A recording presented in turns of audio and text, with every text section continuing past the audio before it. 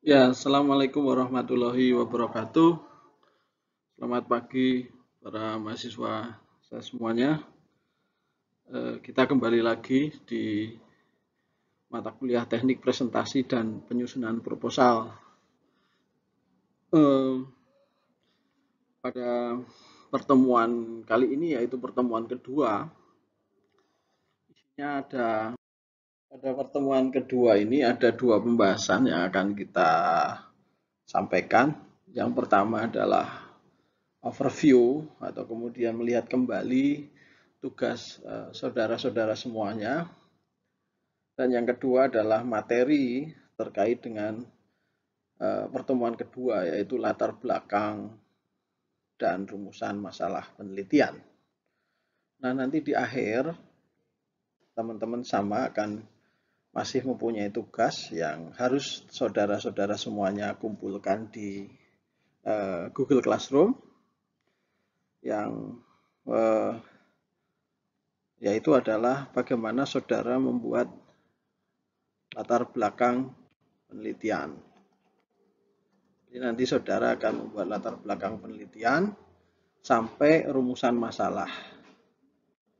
Nah, latar belakang dan rumusan masalah penelitian ini harus saudara kumpulkan hari Sabtu besok pukul 23:55.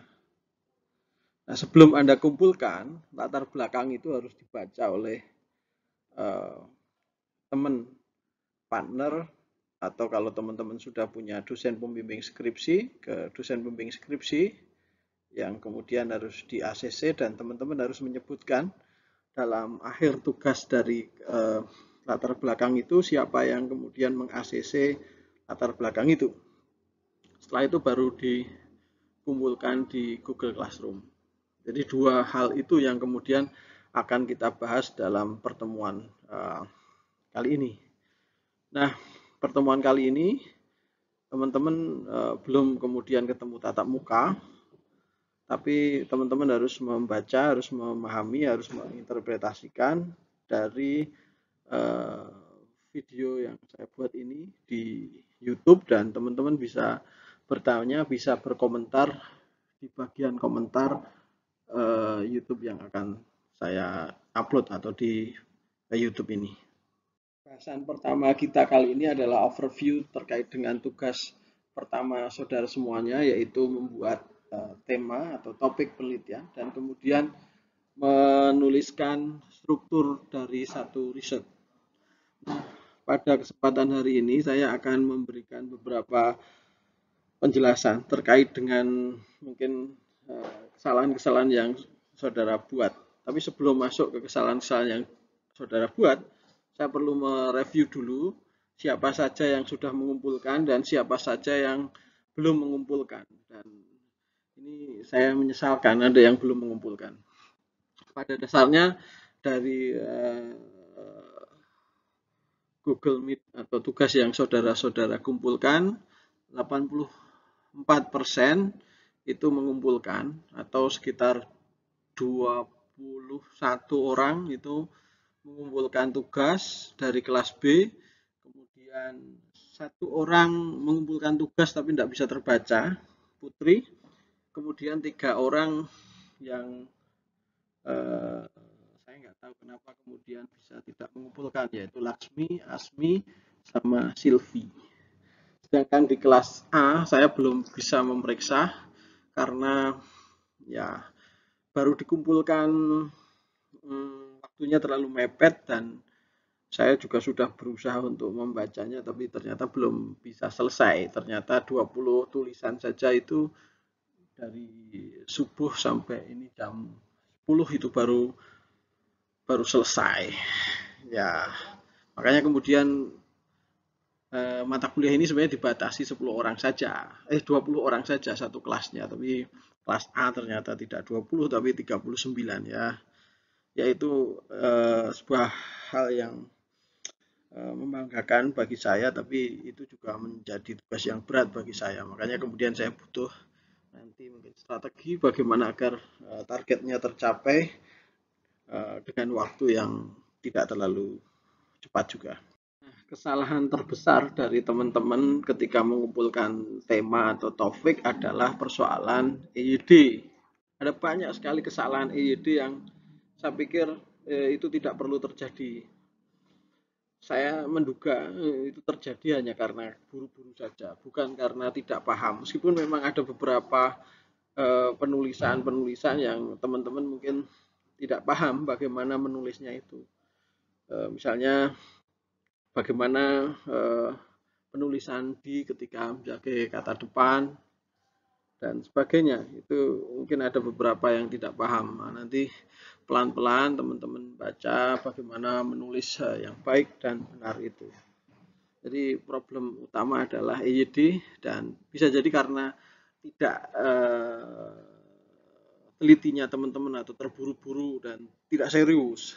Karena Anda bisa lihat misalnya dari skripsi saudara Ahmad Maulana Yusuf ini, temanya saja, judul penelitian ini Anda bisa baca era normal itu gimana? Ini bahasa Jawa atau bahasa Inggris? Era normal, era new normal atau era normal. Kemudian Anda bisa lihat juga di bagian B itu tinjauan pustaka ini tidak tinjauan pustaka.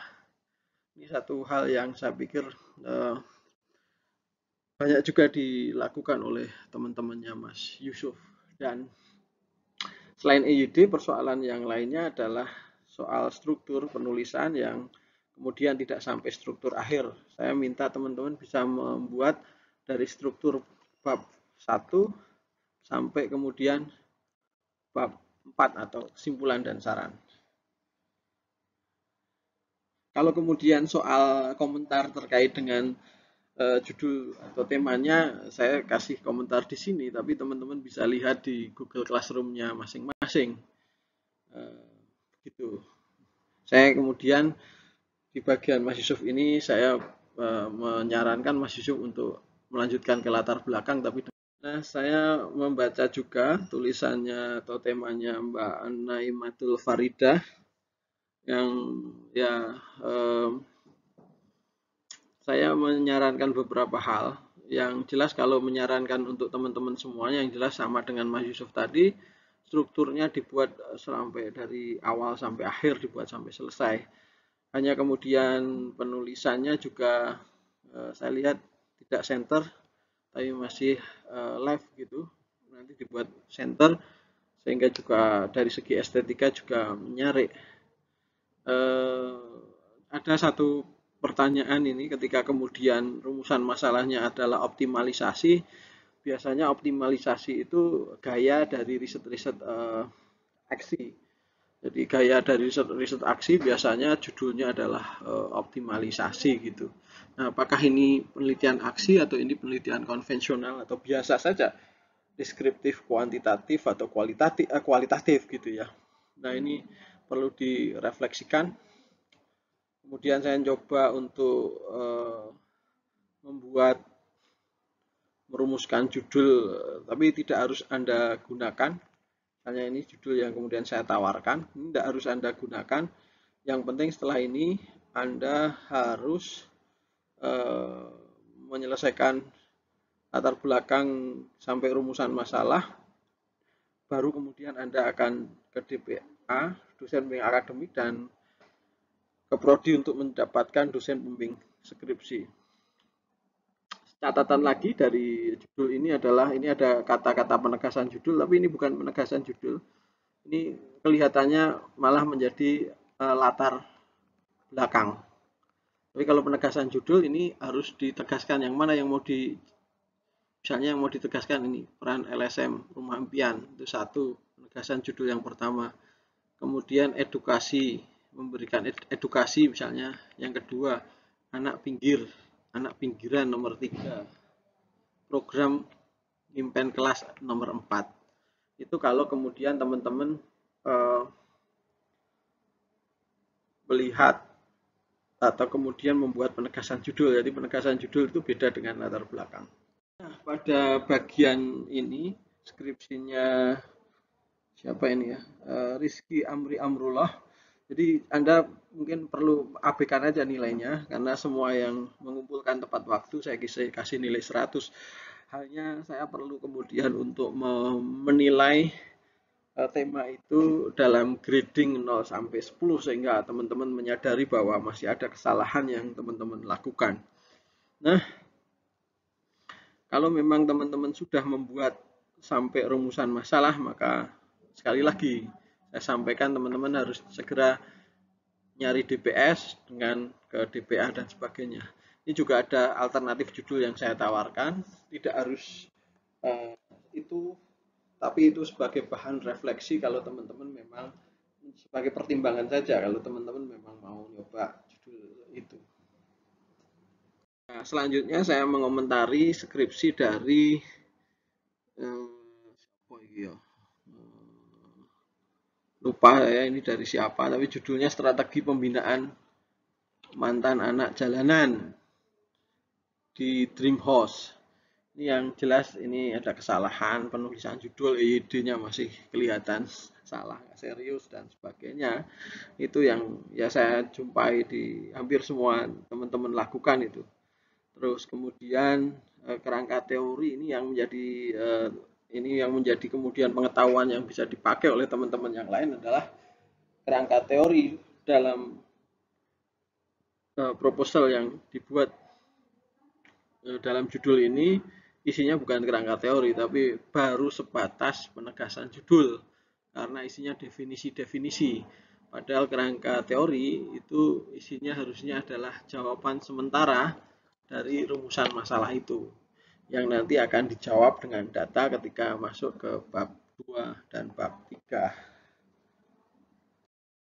Bagian ini saya hanya menunjukkan bahwa ada mahasiswa yang juga gagal untuk mengirim form MS Word-nya ke Google Classroom. Dia ngirimkan di sini, Lisa Anggraini. Besok lagi jangan melakukan hal yang sama, ngirimnya seperti dengan teman-teman itulah. Kalau masih belum paham, ya bisa belajar bareng teman-teman yang lain. Ya, ini ada lagi kesalahan yang dibuat oleh saudara Rizka Anissa Rahman, dan tidak hanya Rizka, ada beberapa mahasiswa yang lain yang masih menulis jurusan.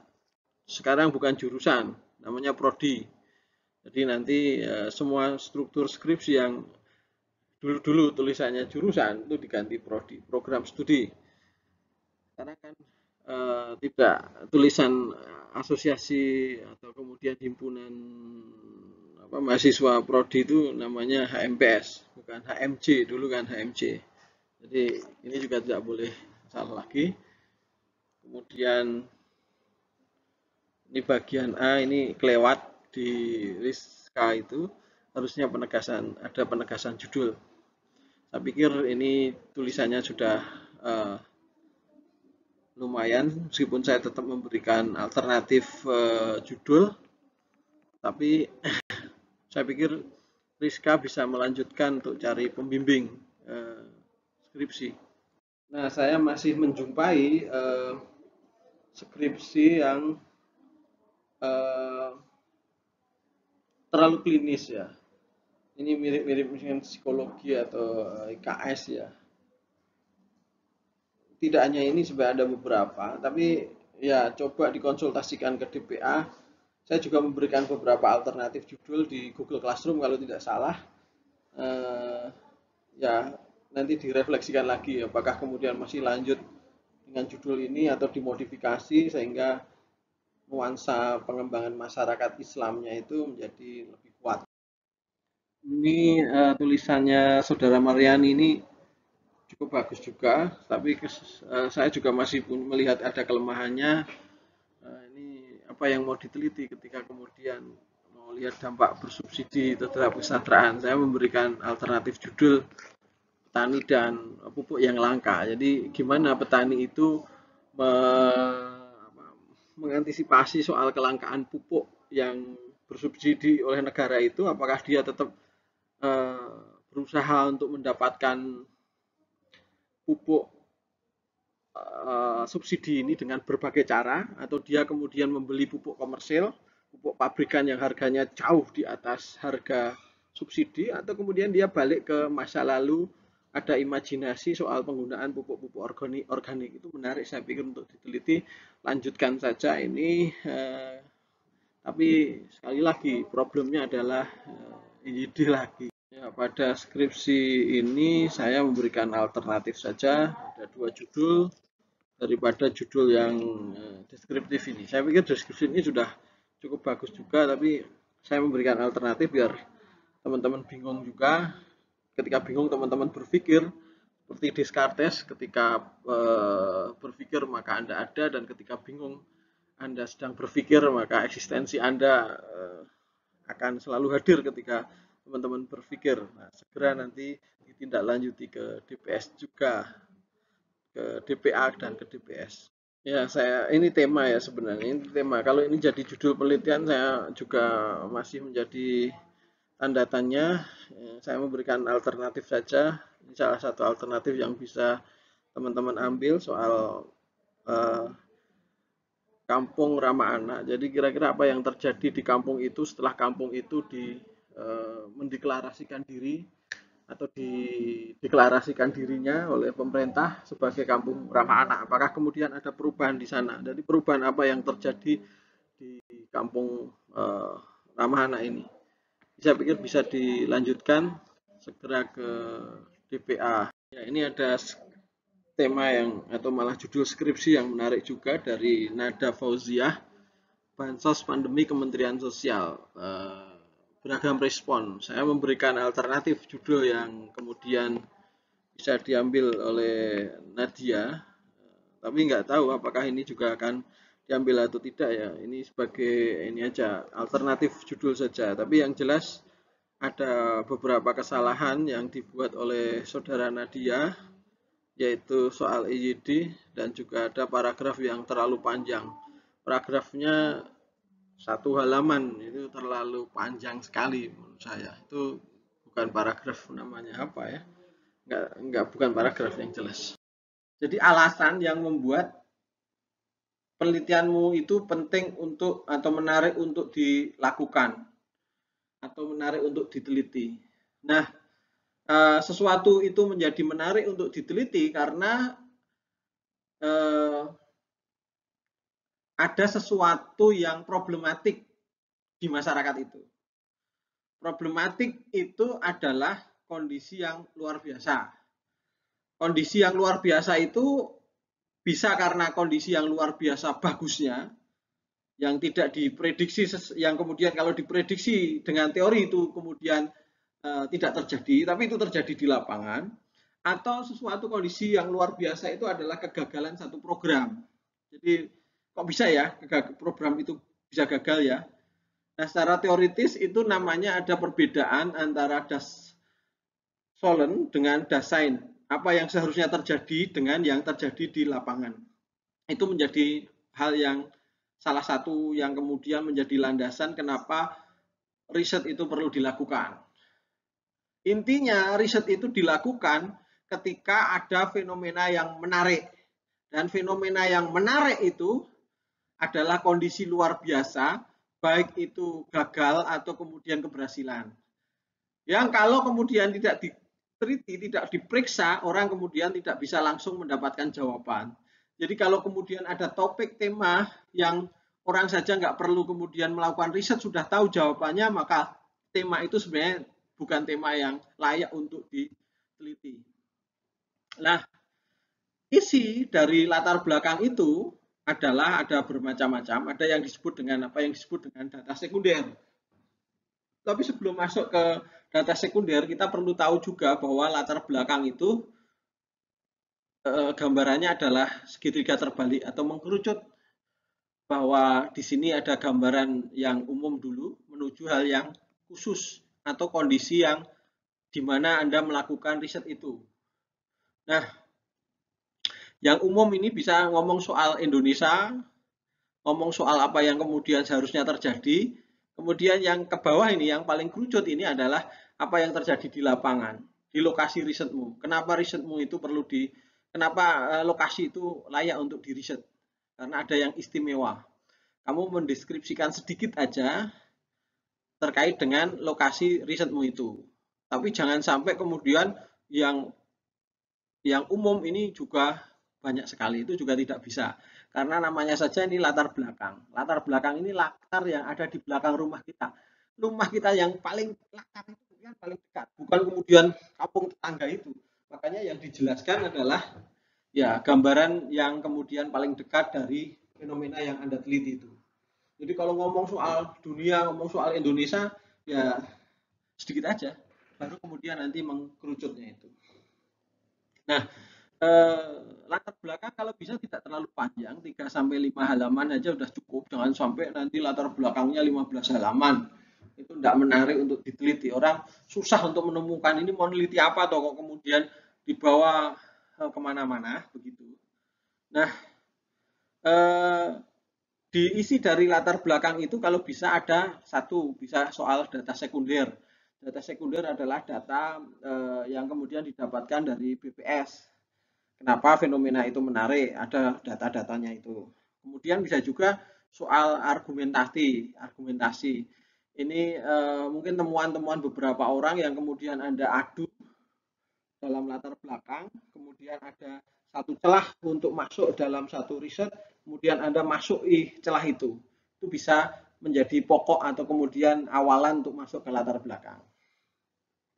Nah, ada beberapa aspek juga yang kemudian diperhatikan ketika nulis latar belakang. Yang jelas latar belakang itu kumpulan dari beberapa paragraf yang disusun mengkerucut tadi itu. Nah, paragraf itu pada dasarnya hanya satu pokok pikiran. Jadi tidak ada patah paragraf itu yang kemudian pokok pikirannya banyak dan sebagainya itu dalam satu paragraf. Kalau kemudian dalam satu paragraf itu ada dua pokok pikiran, maka harus dibuat dua paragraf, diturunkan kemudian menjadi dua paragraf gitu ya. Nah, untuk mengetahui bahwa pokok pikirannya hanya satu, biasanya dilihat saja dari jumlah baris dari paragraf itu. Kalau paragraf itu jumlahnya barisnya 15, berarti itu mesti kepanjangan, itu mesti pokok pikirannya terlalu panjang atau ada satu atau lebih dari satu dari pokok pikiran. Maka yang dilakukan adalah menurunkan dalam bentuk 2 paragraf atau 3 paragraf sehingga paragrafnya tidak terlalu panjang. Nah, satu paragraf juga itu perlu diingat bahwa satu paragraf itu terdiri dari satu pokok pikiran, tapi kemudian lebih dari satu kalimat, dua kalimat, tiga kalimat itu boleh. Nah, kalimat itu bagusnya kalimat yang pendek-pendek saja, jangan kemudian kalimat itu panjang sekali diseret sehingga titik komanya nggak jelas. Nah, bisa ada yang kemudian mengatakan ini paragraf kok Pak, tapi kemudian titiknya hanya satu di belakang. Meskipun panjang itu kita juga bisa mengatakan itu satu kalimat sebenarnya. Dan kalimat itu kalimat yang tidak bagus karena panjang sekali, titik koma dan sebagainya yang diseret. Jadi paragraf itu minimal terdiri dari dua kalimat. Ini dua kalimat ya sebenarnya. Ini bukan satu kalimat tapi ini dua kalimat. Ini dua kalimat. Ketika menulis latar belakang, teman-teman harus membaca beberapa kali, membaca ulang. Karena kalau tidak Anda baca ulang, maka akan ada banyak kesalahan EYD. Ketika ada banyak kesalahan EYD, maka pembaca mengatakan bahwa Anda tidak serius untuk menyusun dari tulisan itu. Sehingga orang juga nggak ikhlas untuk membacanya, karena Anda saja nulisnya nggak serius. Kenapa orang lain disuruh membaca tulisan Anda yang nggak serius itu? Nah, kemudian untuk mewujudkan paragraf atau latar belakang yang baik itu, teman-teman bisa memulai kalau mau belajar itu dengan poin-poinnya. Poin-poinnya apa? Paragraf pertama, pokok pikirannya soal apa? Paragraf kedua soal apa? Paragraf tiga soal apa? Kayak di PowerPoint itu. Setelah itu, kalau ini sudah mengkerucut, sudah ketemu, baru kemudian dikasih daging. Nah, dari situ kemudian kita akan mendapatkan paragraf yang enak dibaca, paragraf yang menghipnotis orang sehingga ketika membaca satu kalimat dia ingin membaca kalimat selanjutnya. Ini gambar segitiga terbalik, ya ciri dari paragraf yang umum, segitiga terbalik dengan kalimat mengapa mengapa itu adalah pertanyaan yang filosofi. Jawabannya nanti akan panjang, kemudian harus dijelaskan dengan pertanyaan-pertanyaan, diturunkan dengan pertanyaan-pertanyaan yang sifatnya deskriptif. Ini pertanyaan yang paling analitik filosofi, tapi tidak harus juga pertanyaan mengapa. Tapi pertanyaan mengapa, contohnya misalnya, mengapa BUMDes di desa X mengalami mati suri, sedangkan di lokasi yang lain hidup, atau sebaliknya. Kenapa BUMDes di desa X bisa berkembang, sedangkan banyak data menunjukkan BUMDes di Indonesia itu banyak yang jalan di tempat, mungkin 85% jalan di tempat dan sebagainya. Nah, itu pertanyaan mengapa. Kemudian ada lagi pertanyaan bagaimana. Bagaimana itu jawabannya deskriptif. Bagaimana strategi, bagaimana tahapan pemberdayaan yang dilakukan oleh itu pertanyaan yang sifatnya mungkin deskriptif. Ada lagi nanti pertanyaan yang lebih teknis lagi ya, mungkin pertanyaan yang lebih teknis, misalnya siapa, berapa, itu kan pertanyaan untuk memperkuat saja, dan itu pertanyaan tidak di rumusan masalah tapi di daftar pertanyaan, daftar interview guide yang ada di bagian skripsi paling akhir, proposal paling akhir itu.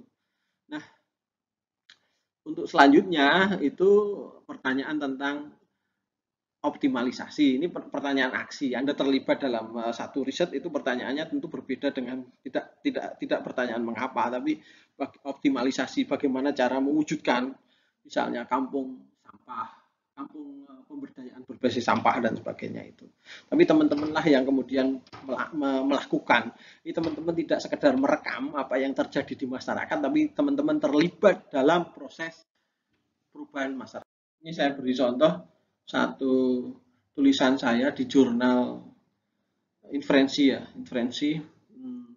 Judulnya adalah Trickle Down Effect dan Perubahan Wajah Masjid di Yogyakarta. Ini temanya adalah mengapa sih masjid-masjid itu kemudian mengalami pemberdayaan kira-kira atau mengalami perubahan di tahun-tahun 2000-an. Nah, kemudian latar belakangnya adalah Indonesia itu termasuk negara yang punya masjid paling banyak di dunia. Nanti bisa dikasihkan data BPS. Kemudian fungsi masjid ideal di masa Rasulullah itu tidak hanya sekedar sebagai tempat ibadah saja, tapi ada banyak sekali fungsi masjid.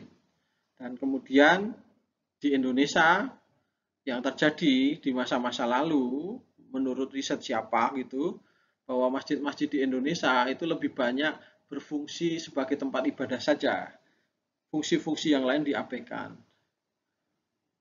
Bahkan ada fenomena masjid yang hanya digunakan ketika waktu sholat, ketika tidak waktu sholat ditutup, kayak meskipun itu tidak pas COVID ya. Tapi kemudian ada fenomena masjid yang bagus dan tidak bagus gitu.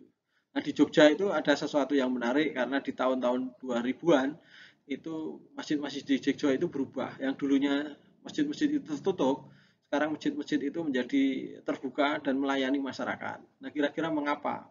Apa sih penyebab dari masjid-masjid itu kemudian menjadi berubah dan bergeliat setelah tahun 2000? Isinya apa? Kalau teman-teman pengen tahu isinya ya baca tulisan saya itu. Begitu kira-kira pertemuan kita yang kedua ini. Intinya silahkan Anda membuat latar belakang sampai rumusan penelitian dan saya tunggu